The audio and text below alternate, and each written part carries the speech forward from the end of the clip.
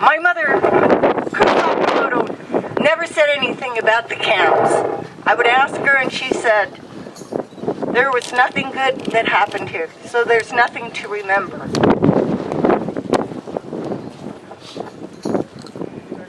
Over time, she began to talk to me, and she told me a few things. When she arrived in May of 1942, she was pregnant with her first child, my sister Janice, and she was born in October. And then in 1944, she delivered me. When it was time for her to sign the loyalty questionnaire, she automatically said, yes, yes. I would join the Waves, WACs, anything. I'm an American. I'm not leaving here. However, my father said no, no. And that kind of set his fate in that he lost his citizenship and he was sent to another camp.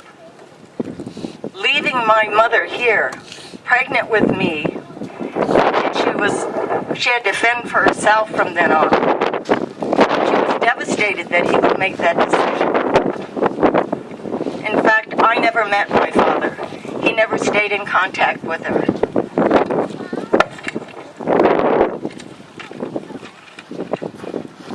In fact, my mother said his parents offered to buy my sister.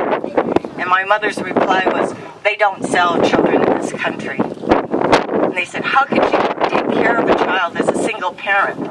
And she said, I'll do it. And she made it happen.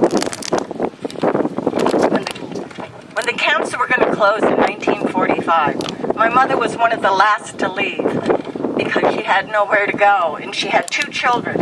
She was 22 now. Probably never had a full-time job. And she was issued a trailer in Burbank. And she moved there, she looked for a job, and the job market was very poor then for the Japanese because of all of the prejudices. And I asked her at one point, how could you afford to put my sister and I in daycare with the kind of money you made? And she said, she just did it. And I would keep pestering, it didn't make sense. Wasn't somebody helping her? And she said, no. And I kept pestering her. Finally, she yelled out at me, I had to go on welfare. It had to have been the most devastating thing for her to do. Because she was a proud woman. But she made it through. And she eventually met another man, whom I call my father, Pat Sakamoto. And actually, my sister and I found him for her. Because in this camp, my mother was so used to letting us run free in the camps, not afraid that anyone would hurt us. So she did the same thing there. And he said, where's your mother? And we took her to her, and he said, this is dangerous. They're unsupervised. And she said, what do you mean? They're just fine. Everybody knows who they belong to. So he just, from then on, he kept on coming around to make sure that my sister and I were safe at all times. And eventually it grew into a relationship, and my mother eventually married him. But before she could do that, she had to obtain a divorce from my father. And when she went to apply for her divorce, she had another obstacle.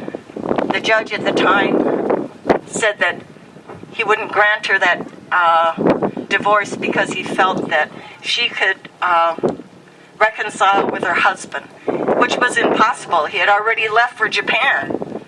And so what she did is that she moved up to Reno, became a resident there, and was eventually able to apply for a divorce there. So she got her divorce after 6 weeks, and then on the same day she was like either downstairs for the divorce and went upstairs for the marriage.